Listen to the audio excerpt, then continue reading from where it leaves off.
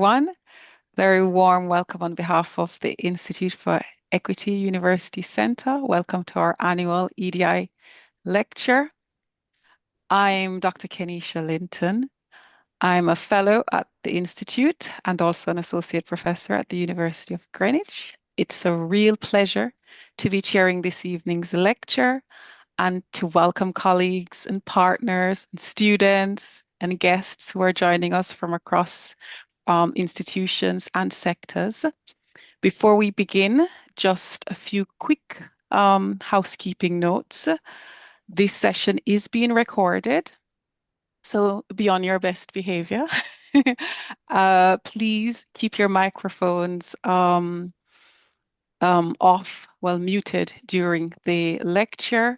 You'll be able to use your microphones once it's time for the question and answer. So we'll have a dedicated Q&A session immediately following the lecture, and I'll guide us through that later on. So this annual lecture is a key part of the calendar for the Institute for Equity University Centre. It's a free event that creates space for reflection, challenge, and renewal. It allows us to pause, think critically, and ask what leadership really demands in terms of this complex and unequal system that we all experience. So this year's theme, 2026, is leadership in the key of blue. And it invites us to do exactly that, to really reflect and think critically about leadership and EDI. So it now gives me great pleasure to invite Janet Cash, Vice Principal for the Institute for Equity University Centre, to formally introduce this year's annual EDI guest lecturer. Over to you, Janet. Thank you so much, Dr. Kenisha, and welcome everyone to this year's lecture. It is a delight for me to introduce our speaker today, Rosemary Campbell-Stephens. Just want to tell you a little bit about her many achievements over the years to give you an idea of exactly how much it is that she's done and contributed to her field of work and her passion. Rosemary Campbell-Stephens is an African Caribbean veteran educator of Jamaican parentage. Described as an edgy keynote speaker and author, she frames her work through a critical race lens and describes herself as an anti-racist, humanist, and womanist. She's currently amplifying discussions about how a global majority mindset and framework can positively disrupt systematically racist policies and practices that are presently baked into all previously colonized and colonizing systems. As a critical part of the decolonization process, she rejects minoritizing labels such as ethnic minorities, as they incorrectly label the global majority as minorities, subordinating them to a centralized white minority norm. Mrs. Campbell-Stephens brought the term global majority to prominence through her leadership work in London, England. As a junior elder, she embraces the descriptors of disruptor and activist and is rarely in her lane. Her book, entitled Educational Leadership and the Global Majority, Decolonizing Narratives, is timely, focusing as it does on a paradigm shift that centers on the 85% of the people on planet Earth that constitute the global majority. She describes the current time as one of reckoning, reimagining, and resetting, particularly for those from the global majority. In 2016, Mrs. Rosemary Campbell-Stephens was awarded an MBE for 35 years of service to education in the United Kingdom. While amazed, she was deeply honoured to accept the award at Buckingham Palace for her activism in the field of education. Rosemary is a visiting fellow at the Institute of Education, University College London, an associate at Leeds Beckett University, and the Staff College based in Manchester that provides training for directors of children's services. She's also an associate fellow at Birmingham University, where her book has become required reading in the School of Education. She has contributed numerous chapters to books and has written articles and think pieces on leadership, education, and decolonisation. Rosemary is a sought-after international public speaker. Please welcome Rosemary Campbell-Stephens. Oh, wow, wow, wow. What an introduction. Thank you so much. I hope that everybody can hear me clearly. And it is absolutely a pleasure to be here and to see so many names in the chat of people who are joining us. And I know that there will be more as well.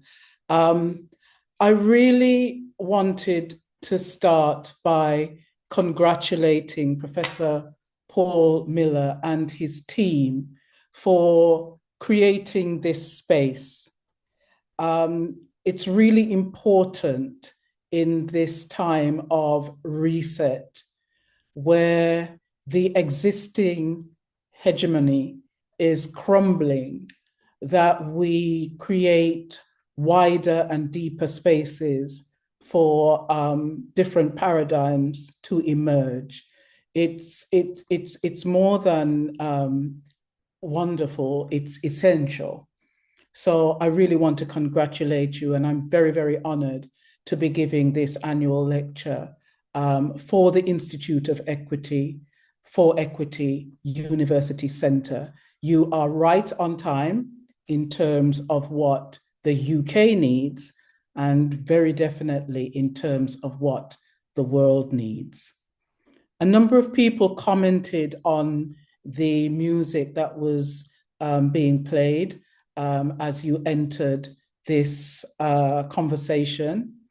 And it's Miles Davis, some of you will have recognized, and the particular track is All Blues. And it was important, not because I love jazz, but also because when I think about how this lecture came about in terms of my wishing to speak about where I am in my leadership journey, Leadership in the Key of Blue is the title that I have chosen. I was sharing with Paul and his colleagues that I am a reluctant academic. So although I have affiliations and associations, and I'm very proud of them, with many academic institutions, and have written quite a bit around the area of leadership, and increasingly so around the area of decolonization, I do so as someone who sits spiritually and philosophically largely outside of the academy. So I hope that you will bear with me in terms of my reasoning as opposed to my lecture this evening. Leadership in the Key of Blue. The Institute for Equity widens the intellectual space to not only include globally diverse people, but to provide what I consider to be a dignified hospitality to our diversity of thought, to our indigenous knowledge, to our ways of being and seeing. Thankfully, we do not have to flatten our identities to be here. And in fact, I would go beyond that to say it is absolutely our responsibility to be fully present and in our right minds.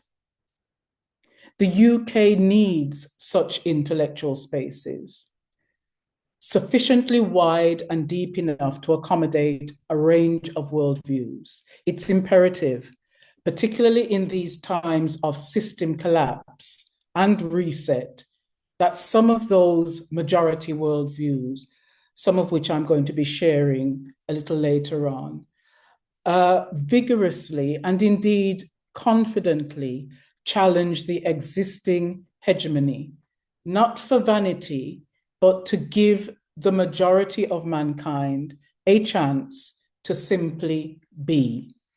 Though for many of us, as people of the global majority, there is nothing simple about being, especially now. So, what is it that I think we need to focus on? I think we need to focus on recentering humanity when we're thinking about anything, but particularly about leadership. The structures, the processes, the systems, the frameworks all seem to have squeezed humanity and the needs of humanity out of the equation. And humanity needs systems that center the needs of the majority over the greed of the minority. The roots of such systems matter both for understanding what sustains life and what does not. And I think what we find ourselves entangled in are the rotting weeds of systems that are certainly not about sustaining life. The Institute for Equity is rooted in a social justice paradigm that has equity at its core and therefore is a place where the like-minded, in the fullest sense of the word, can be. But for the Institute to operate like other institutions, it has to be cognizant, and indeed, I am sure it is, of the wider system that has inequity at its core. So you set up an institute that's for equity, but actually the wider system that you're working in is dependent on inequity for it to continue in its predatory and vampiristic way of operating. These systems are deeply rooted in an imperialist and colonial past whose hierarchical dominance is predicated on extraction from, and we talk a lot about extraction, but also predicated on the annihilation of that over which it dominates, or in other instances, squats, blocking out the sunlight. Since I arrived on Saturday, I think I can count on one hand the minutes that I've seen the sun. And I just wonder how I managed to live here without seeing sunshine and not seeing the light for so long. I am Rosemary Campbell-Stephens. I have earlier sought permission of the oldest elder in my life, which is my mother, Mary, to speak today. She is in her 100th year of life and lives here in the UK very happily. Bless your hearts. I am away from my home in Jamaica, but we speak very often. And one of the things that I ask, as is our tradition within our family and within our community, is to seek permission to speak. And I do hope that this reasoning that I share with you today does service to my beautiful mother and her ancestors, my ancestors. I'm away from a home in Jamaica where under normal circumstances, if I were doing this from my dining room table, which is where I would normally sit to do these kind of presentations, I would recognize the land of my Caribbean ancestors and my African ancestry. Ancestors who were once owned as property on the very land that I and my two siblings now own and have built our homes on. So if I were in my dining room and I just got up and moved into one of our guest bedrooms, from that window, I could look into my sister's garden and see a gravestone, a marble gravestone in Cousins Cove, Hanover, Jamaica. And it would have on it the name Crooks. A father and daughter are buried there. And if you go through my paternal line, so if you go through my father's line to his mother, my grandmother, then you would find that her maiden name was Crooks. So we don't have to go very far back in our lineage to understand exactly who we are.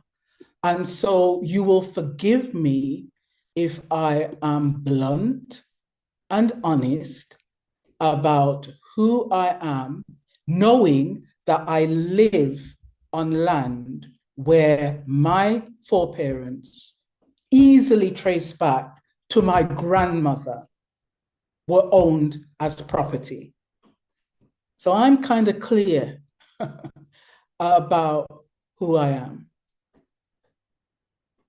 As I'm in London and not in Jamaica, I will instead recognize the fact that this city where I sit was built on the banks of my ancestors. And so it is with that full authority of being the daughter of Mary and Methuselah, my mother being 100 year, in her 100th year, she'll be 100 in September.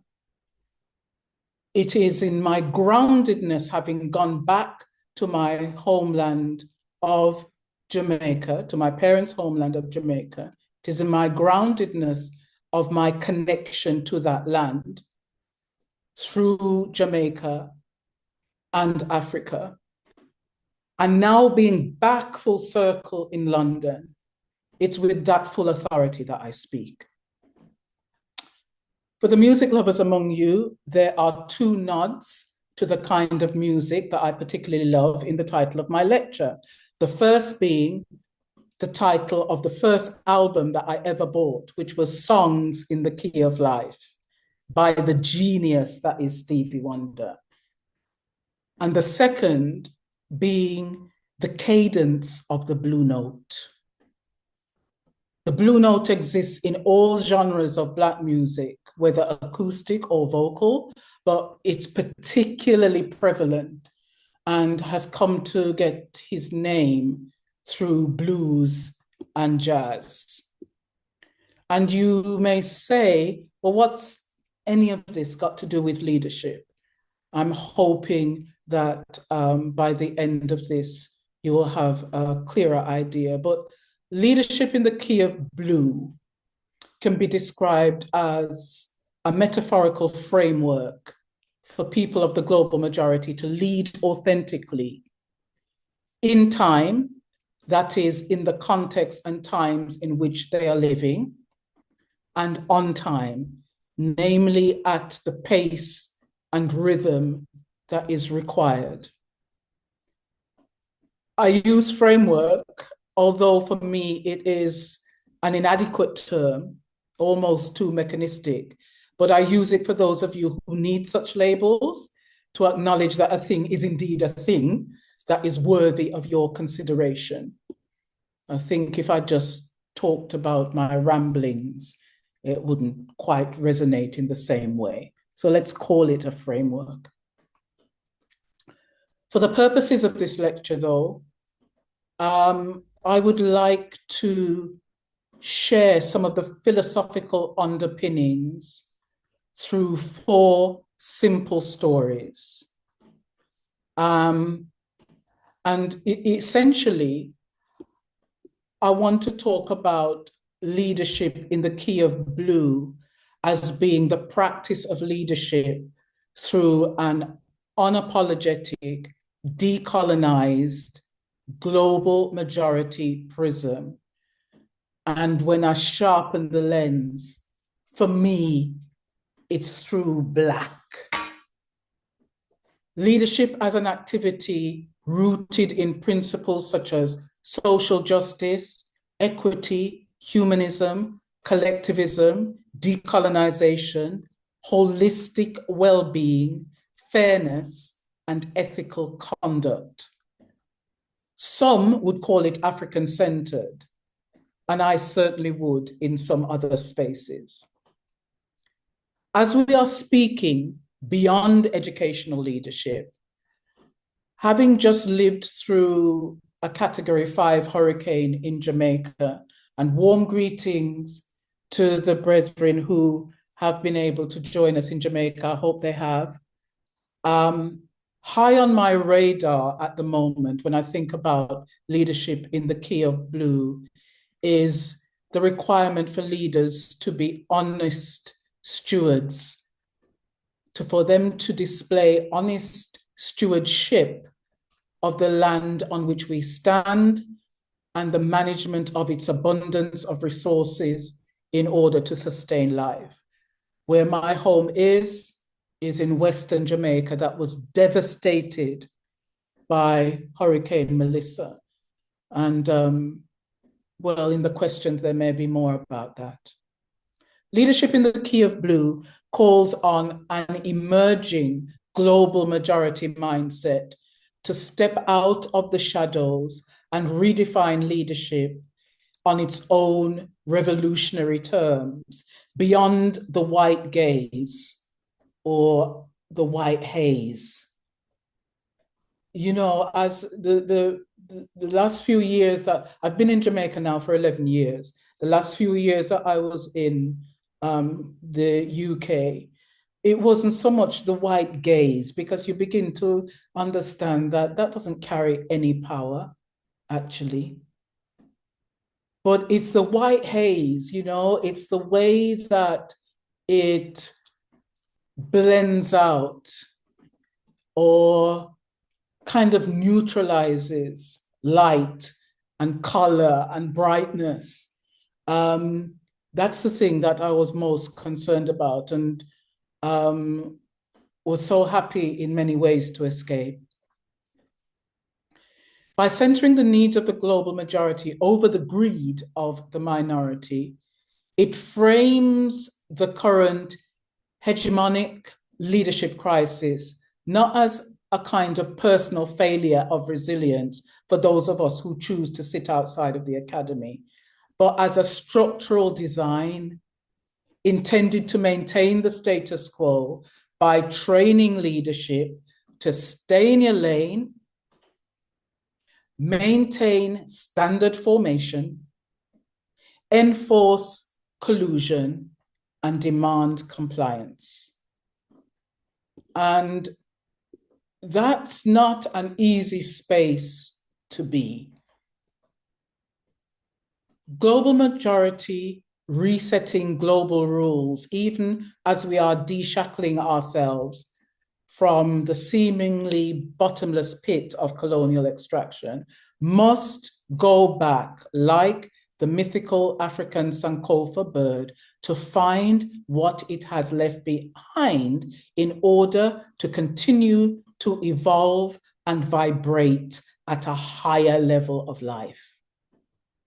Colonization has left us so yoked to our former colonizers in so many ways, with their languages, religions, educational, economic, and political structures and frameworks, just to name a few, that we barely know how to even think or articulate, let alone be outside the Blackness that whiteness has created. For me, falling in love, and that's the only way that I can describe it, falling in love with the essence of Blue Note really early in my life, thankfully prevented me from living most of my life struggling to see, hear, or even speak through the white haze. I thank my Jamaican parents for that. And for my grandparents, who my father and mother, who are both Windrush generation, my father had the fortitude to bring my grandparents, his parents, over to Birmingham in the 1950s. I didn't grow up with any other Jamaican children who grew up with their grandparents here. So in that home, my filtration system was from the beginning black, black, blackety, black, black, black, black. And thankfully, I was brought up to feel black, bright, and beautiful. But let's move on to my 4 stories, and the 4 stories that I want to share with you as regards systems. So let's stay in the 1950s. But rather than talking about my parents' story, I'd like to talk about Pele.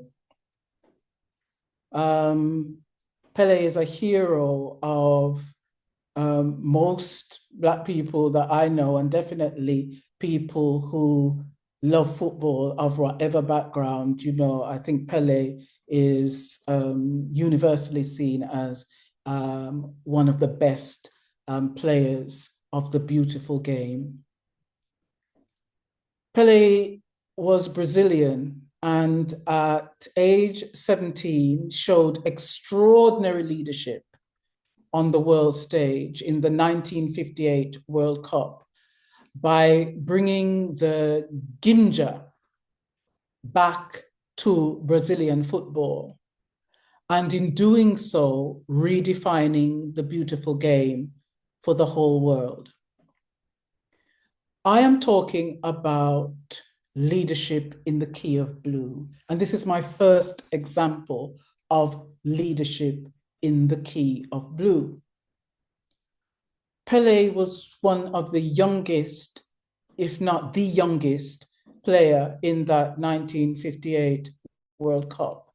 And a decision had been made by the coach that Brazil would not be playing their authentic game in the World Cup because they had lost the World Cup previously, and I think it might have been 1950, people can look it up. And the commentators at the time said that the reason that they'd lost the World Cup was that they were playing in a distinctively Brazilian, authentic style of play, which is beautiful to watch. It's absolutely beautiful to watch when you see it in full flow. And so a decision had been made prior to the 1958 that they were not going to go there again. And so they practiced using Western, largely European formations, you know, for how they were going to play the game. And there was, the players themselves were conflicted whilst on the pitch, because although they had this history narrated largely through a Western lens that the reason that they hadn't won the World Cup before was because they were being themselves. They knew that they were placing themselves at a disadvantage if they played in any other way on this world stage, but a decision had been made. So against the odds, they got through to the final stages of the World Cup in 58, and you know, but their spirits were lower, the spirits were down because they were getting through at a very high cost in terms of numbers of injuries and just the fact that they were not enjoying, they were not bringing their passion to the game that they loved. As they approached semi-final and final, a decision was made. And the coach, with the humility of a real leader, went into the dressing room and said to them, you know what? It's time for us to turn up as us. Let's just turn up as us. And the person who epitomized that was the young Pelé. And they turned up as Brazilian football players, authentically playing the game in the way that they played the game, and they won. That story I use when I talk about systems that are there to contain, to control, but also to crush. And what I am saying is, if we have places like Institute for Equity, we need to have leadership that turns up as us, spaces where we can explore what that leadership looks like and turn up in the world, not just for us, but for everyone as we us. My next story is about systems that are calibrated to supervise, not liberate. So as a young student teacher, while training in Birmingham back in the 1980s, I remember proposing what I thought was a very reasonable idea to one of my lecturers. I was proposing an idea for an assignment whereby I would do a comparative study of Louise Bennett and Wilfred Owen's take on the futility of war. My subject was English. I was training to be a teacher of English. And I love poetry, and I loved Wilfred Owen's poetry, and I absolutely bathed in Louise Bennett's poetry. And for all of you who have Jamaica Labrish on your bookshelf at home, go take it off and brush off the dust and turn to the section, because there are a number of poems there under the section Wartime. Louise Bennett was a real creative. She was a poet, she was an actress, she was a social commentator, and she did so in our beautiful language of patois. And what's lovely about the Jamaica Labrish book, if you haven't got it, try and buy it, is that the detailed notes from another Jamaican scholar, Rex Nettleford, you will find delicious. I learned so much about Jamaica's role in the war effort just by reading some of the poetry in that book, and most importantly, Rex Nettleford's contextual notes. Anyway, getting back to my conversation with my lecturer. So he'd put out this assignment, and I thought, oh no, not another dry assignment, man, please. I've got an idea, I've got an idea about how I would like to approach this. And of course, it was about me bringing in my little blackety black self into the University of Birmingham, Birmingham University. Yeah.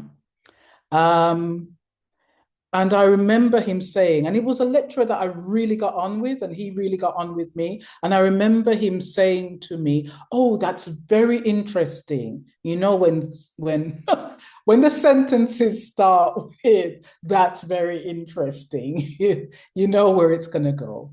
And he then said, "However, Rosemary, there is nobody there here to supervise this." And for me, places of learning, are they about supervision? It really, in a way, just made me think, well, if there's no space for me here to bring who I am in, this is not a place of learning. This is not a place, and I was very sort of, and still am, very Paulo Freirean in terms of my thinking about the relationship between teacher and student. And I have heard the equivalent of there is nobody here to supervise this right throughout my career. I bet I'm not the only one. So that was my example of systems calibrated to supervise, not liberate. But let me share in my third story a wonderful journey that I took with a group of system leaders in Darlington Local Authority up until 2013. And when I think of how I want to label this story, I'm calling it values-driven system leadership, the power of ideas. So Schools at One Darlington was a powerful idea.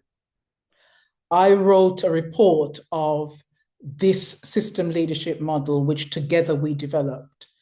That is a group of head teachers in the local authority in Darlington alongside elected members. And this was highly unusual.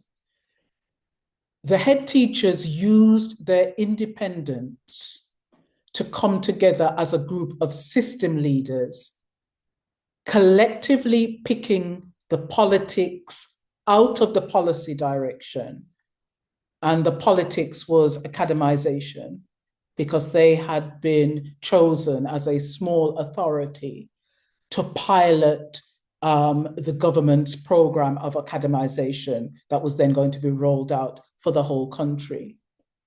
They had chosen to use their independence to work interdependently in the interests of Darlington children, while holding each other to account in the process. To cut a very long and beautiful story short, when asked to define the leadership model, I interviewed so many of the heads that I'd worked alongside for about 5 years, worked alongside Darlington on this. When we were looking at what kind of leadership model they had adopted to come to Schools at One Darlington, it's a wonderful story. They likened it to the African philosophy of Ubuntu,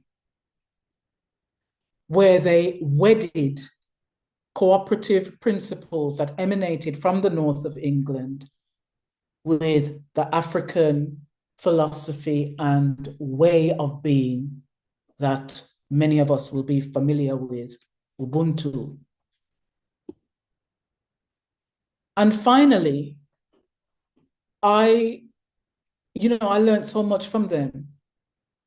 And I learned just how much that which we sometimes, as African people or people from the global majority, you know, we choose to squeeze things out. We choose that, oh, that's not professional, or that's not sufficiently data informed, or whatever it is. We kind of filter things out. And for the life of me, although I remember that one of my opening keynotes was about Ubuntu and leadership.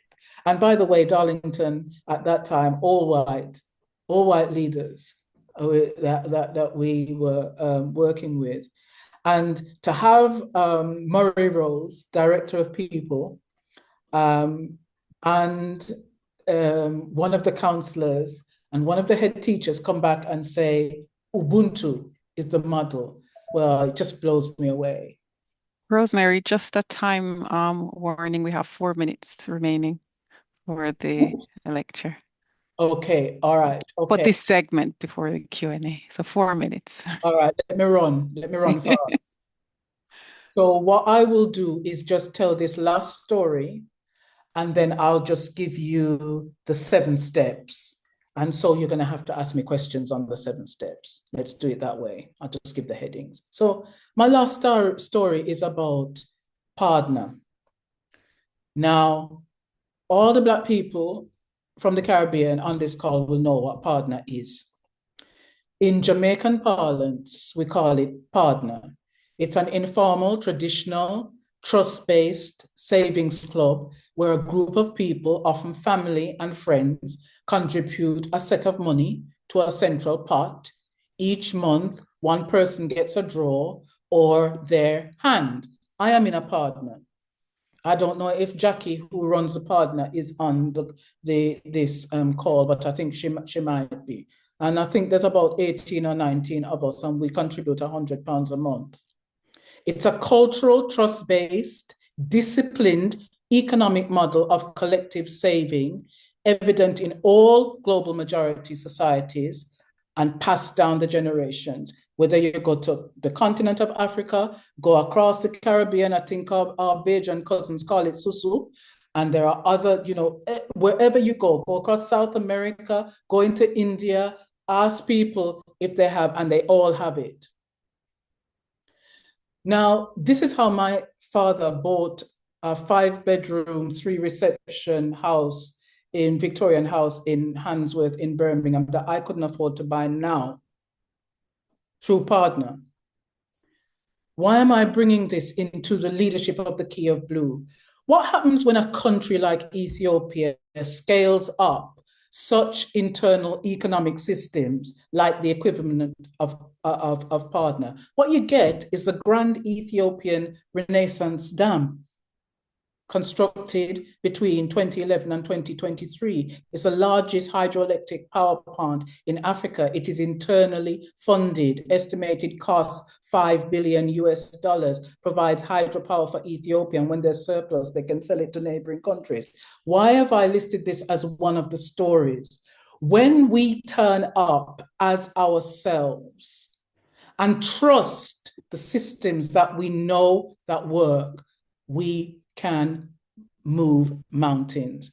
I'm not going to talk about the Key of Blue. I'm just going to talk about 7 steps. I'm just going to name them. The 7 steps in the framework towards the Key of Blue is 1, remembering, reconnecting with ancestry and the excellence of our lineage. Number 2, reckoning, turning and facing that which we need to come to terms with, including the way that we have been seduced out of our right minds, in order for us to really begin to be the people and make the difference in the world that we need to make. 3, we need to reimagine. And I'm talking about reimagining beyond the roughly hewn stool. So some of us are sitting, we so want to sit at the table of power that we catch, as we Jamaican would say, we catch at the end of somebody else's rotting table upon a stool that cannot hold our weight. I know that some people are going to have some questions on that one, if only for me to translate the patois. Number 4, repair. In order for us to get back to ourselves, we have to go through a process of collective healing, people. All right. Number 5, recenter. So recentering means, for me, putting relationality over hierarchy. Being relational shifts the focus from individual focus, success, Rosemary Campbell-Stephens, to the health of the collective. It prioritizes global majority perspectives as the default, the norm, rather than the other exception. Number 6, we need to restore. And what we are restoring is the decolonized mind. And the only way that we can restore the decolonized mind, apart from remembering and healing and all the things that have gone on before, is to reclaim the muscles of agency. So when somebody says to me, you know, oh, global majority, that's highly politicized. I said, well, for you, maybe, but not for me. It's not highly politicized. It's a collective term. It's a collective noun. You know, it's just describing a fact. What makes it political for you?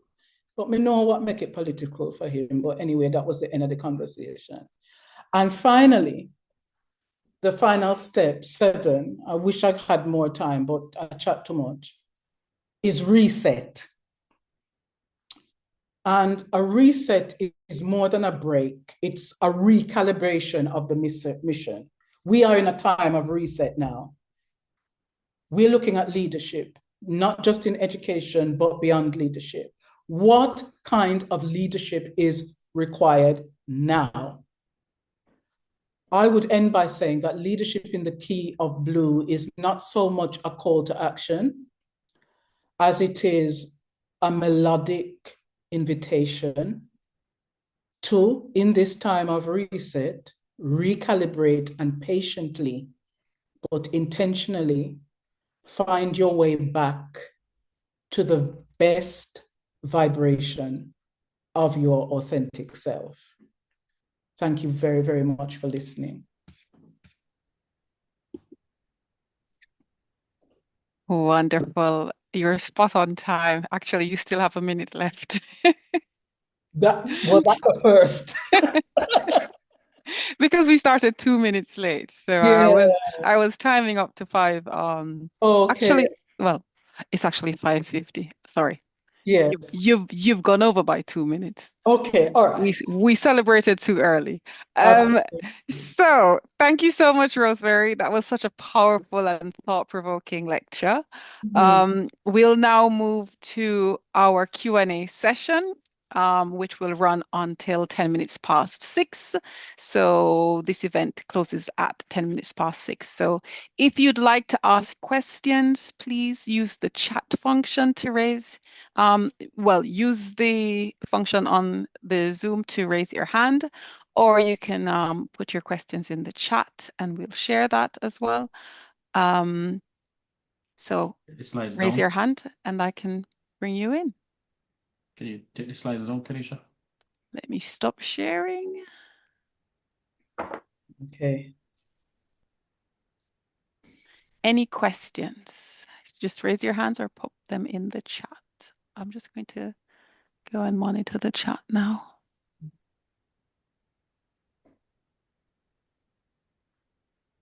And if not, Rosemary can finish the 7 steps. Yeah. So we're getting lots of hearts and I know. Thank yous. Yeah, and that is absolutely. I'm waiting for questions. Oh, I see hands up now. Okay. Okay. Order of. I'm seeing Janet. Janet, do you want to start off with your question, please? Okay. Thank you. Yes. Greetings, sis. I just want to thank you so much. Sorry, I'm off camera because I'm not somewhere conducive. Mm. Not so much a question, but just flowers and respect for you. We go way back from the time that you were doing some work with the Network for Black Professionals and Robin Landman, and Ah, then the work at the Institute with Gus. ah, And when I went into the academy to start the Diversifying Leadership Program, that was when BAME was everywhere. And we yes, made a conscious decision not to use it and to talk about the global majority. That was back in 2015, I think, when it yeah, started. yeah. And so your work has greatly influenced my approach. Love Miss Lou. Mr. Oxford Don and John Agard is one of my favorites as well in terms of Okay, English. okay. So I just love the way that you laid it down. Really, really interesting the way that you use the keynote of Blue and Miles and Yes, Stevie. So yes. I'm interested to learn more about that, but just really wanted to give you the respect and thank you. I guess if there is a question, it would be about you went home. I've grown up with my parents wanting to go home, and they did. Yes, So I guess for people who stay, yes, how do they then fortify themselves? You've laid down a yes, framework, as you said, a way of being. yes, But as you know, here, that yes, is the challenge to be able yes. to embody that here. So, as someone who has come and gone, what Mhm. would you say to people who are still here in terms of how they hold on to this philosophy? I think that things that happen to us happen for a reason. I'm not fatalistic about these things, but I think that if you are still here, you're meant to be here, and there's work for you here to do. My mother is still here, and as I said, she's 100 years. She's in her 100th year of life, and she's here very happily and very peacefully. And what means most to my mother is that she continues to live authentically. The doctors think she's a living miracle. And that's because she has a Caribbean diet to this day.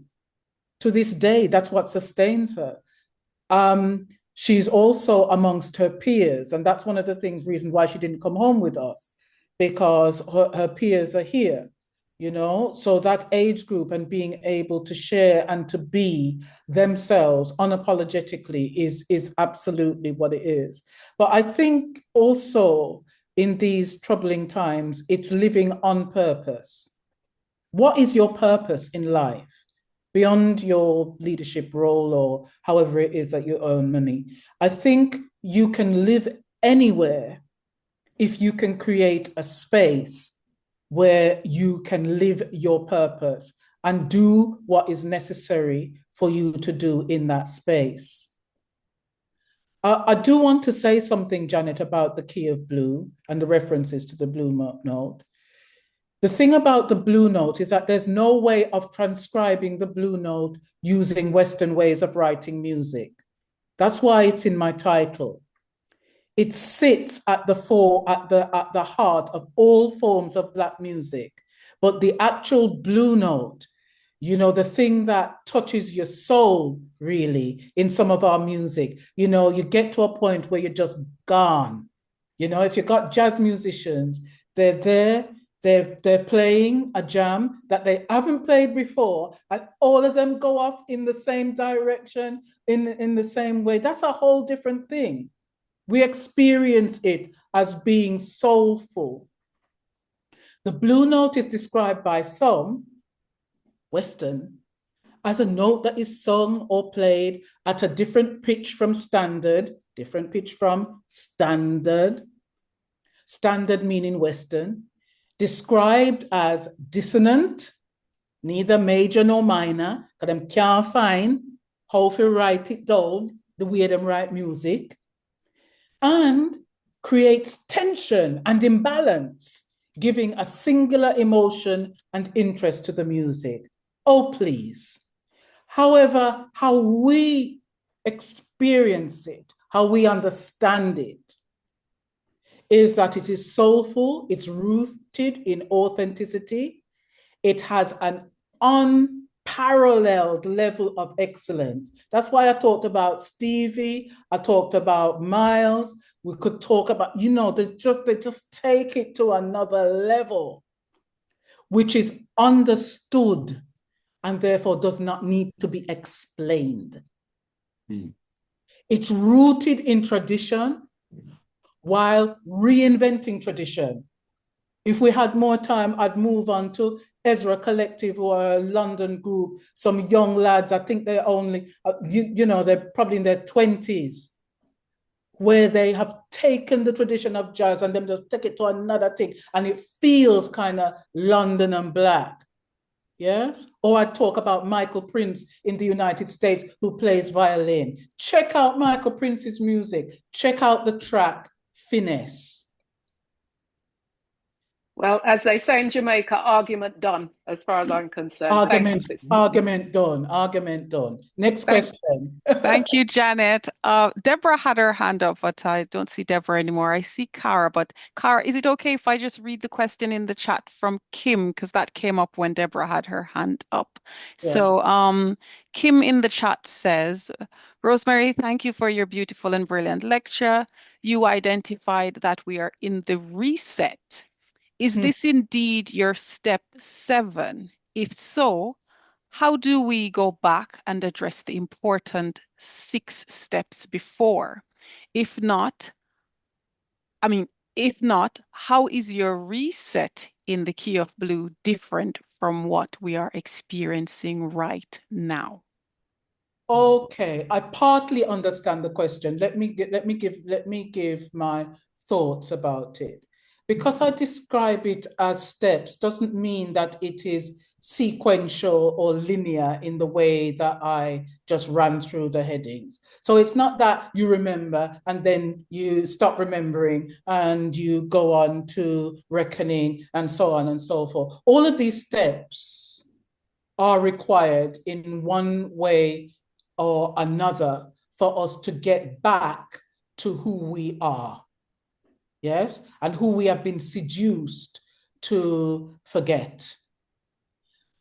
What I would say is that I do think that remember is the first step, and I do think that reset is the last. But I think that it's more like a dance where you move in and out of reckoning, repair, healing, reimagining, etc., etc., etc. And what I think is important is that we see remembering not just as a cognitive activity, otherwise I'm finished because I can't remember, what happened yesterday most of the time. Unlike my mother, who for her birthday 2 years ago, she lives in a retirement village in Birmingham, gave us the names of 40 residents and their apartment numbers from memory. She put it down to green banana. I don't know. So what I'm saying about the 7 steps and what I'm saying about reset is that I think in order for us to come through the disruption, the global disruption that we are going through at the moment, we will have to engage, and largely collectively. That's why institutes like this are so important. It isn't an individual's journey. Collectively, in community, we will have to engage in some of these processes in order for us to come up with, so what does leadership mean from a global majority perspective now? And there are so many people who are talking and writing about this, but we don't hear about it. We don't hear about it in our institutes of learning. It's not the sort of thing that you will see, on the global world stage. We're always in the back rooms and the side rooms, but we are the majority. And we do have some solutions to some of the problems that humanity faces. Thank you very much. Over to you, Cara. Thank you. Thank you so much for the presentation, Rosemary. It's very therapeutic, almost. My name is Kara, and I'm in Jamaica with the National Education Inspectorate. And just listening to you is almost like listening to jazz music, because you're embodying the very nature of what you're talking about. Oh, And that's just great for me. You talk yeah. about living on purpose, leading in the keynote of blue, melodic, soulful, authentic. And really, this sometimes boils down to our own personal disposition, True, our personal philosophy. true.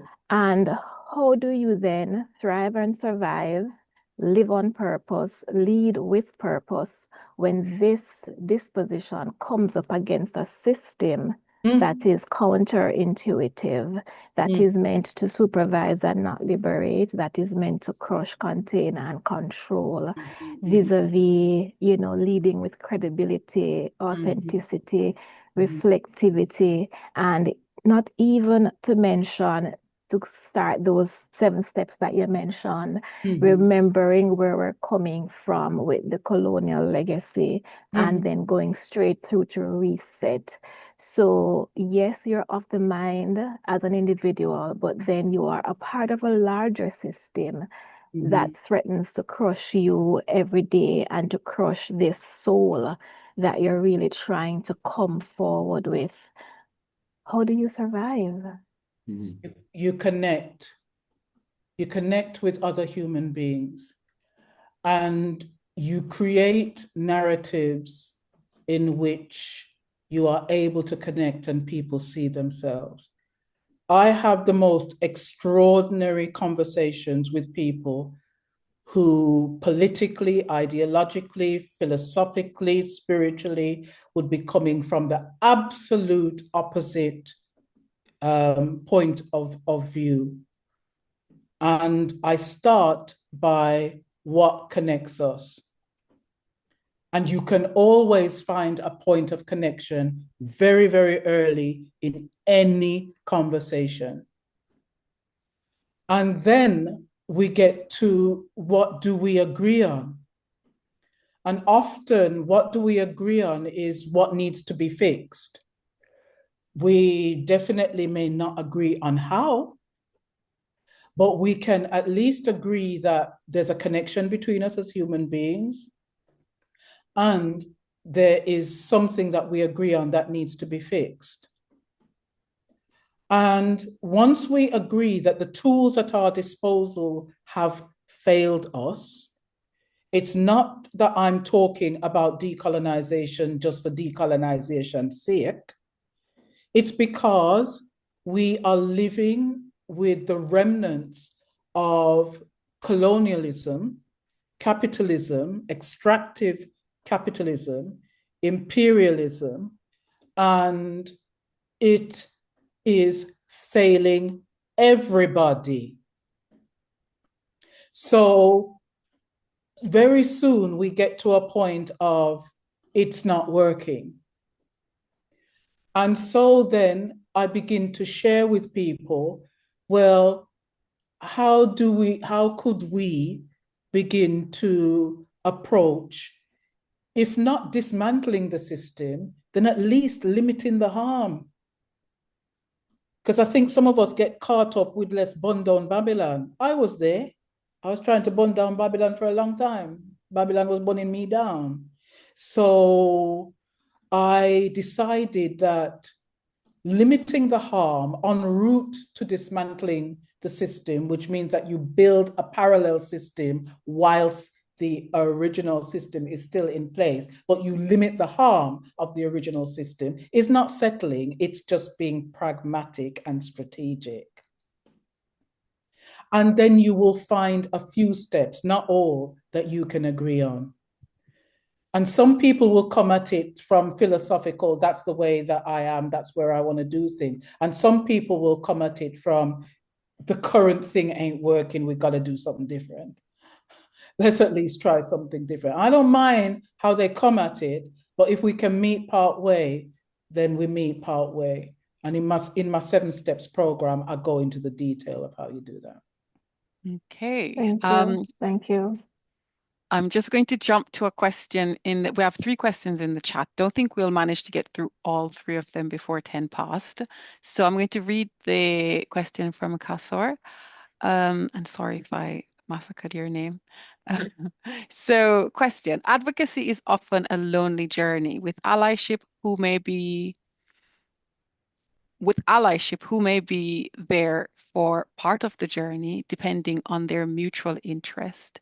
Beyond trauma-informed resilience, what advice can you give to maintain focus and not give up or burn out?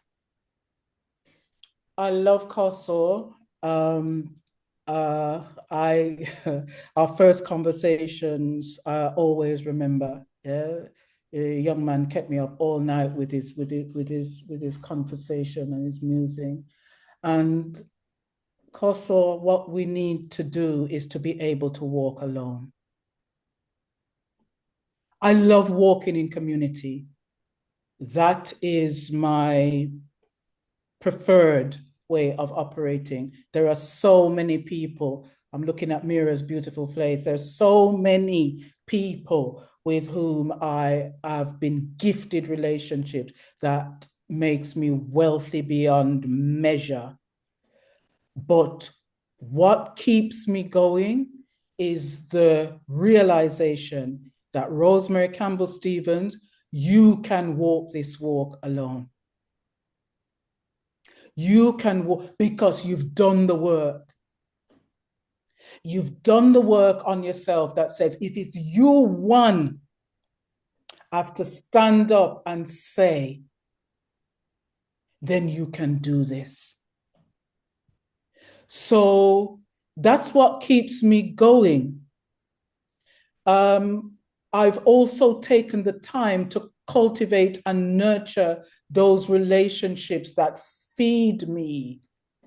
Yeah. So I'm not ever going to be losing contact with any of these people anytime soon.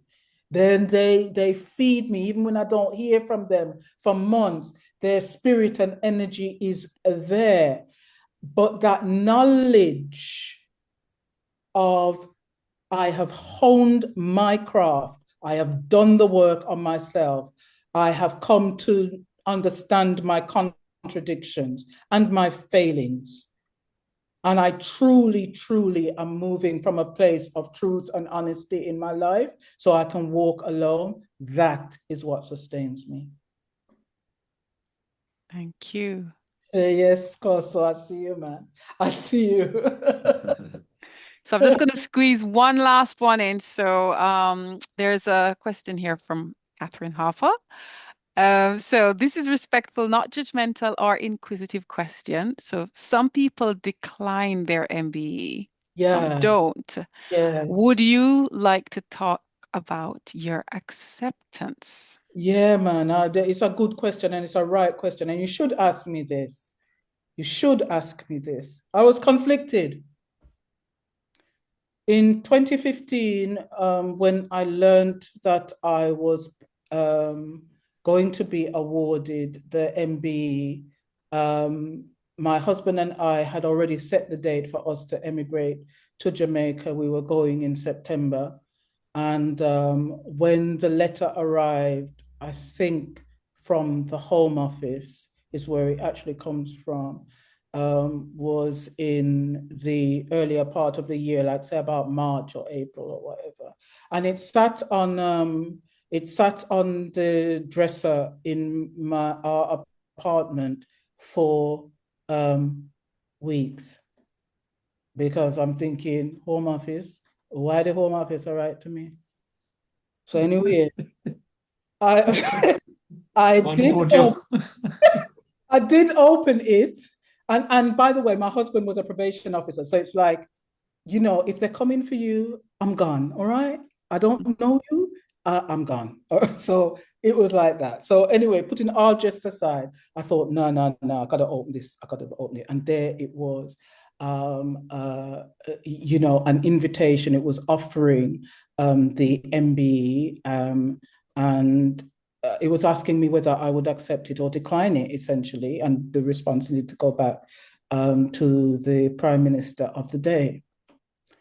And I only had a few more days to respond because you have to respond within a certain time frame. Yeah. So anyway, I then began to research. I found out who the Blessed Sister was who put me forward. And I saw a list of the names of the people who had written statements and letters about the work that we'd done together over 35 years. As somebody called Campbell-Stephens of African Jamaican heritage, I abhor references to the empire. As somebody who worked for 35 years as an activist from the day one, nobody can say they don't know what Rosemary Campbell-Stephens stand for. From day one, in the profession that I love, education, and all of these people were part of the journey. All of these people were part of the journey that we had been on together. So I accepted it on the basis of not the title of the award, but because you're damn right I need to be recognized for the work I've put in to dismantle this systemically racist system. And the other thing was, when other people who know me think, well, she's the least establishment that you can get, it will mean that people will understand that you can be recognized, whatever label they want to put on it, for the contribution that you have made. But I deeply, deeply respect, and there are so many people that I know who have turned that honor down. I accept it and I stand by my position for the reasons that I have given. Thank you. Thank you so much. I see the love, the hearts, the applause going. Here. So thank you, everyone. This has been such a rich conversation. I'm really sad that we have to draw it to an end. So this evening's lecture, Leadership in the Key of Blue, asks us to lead on purpose. So on behalf of the Institute for Equity University Centre, I'd like to extend our sincere thank you to Rosemary Campbell-Stephens for this outstanding lecture, to Janet Cash for the introduction, and for all of you for joining us and contributing to this important space that we had this evening. The recording of the lecture and further resources will be shared on the IUC website. So please keep an eye out for other upcoming Institute events. So we have the annual conference that's coming up in June. So check the website, stay in touch, and be part of these critical discussions. So thank you once again for your time this evening and have a wonderful night. Bye, everyone.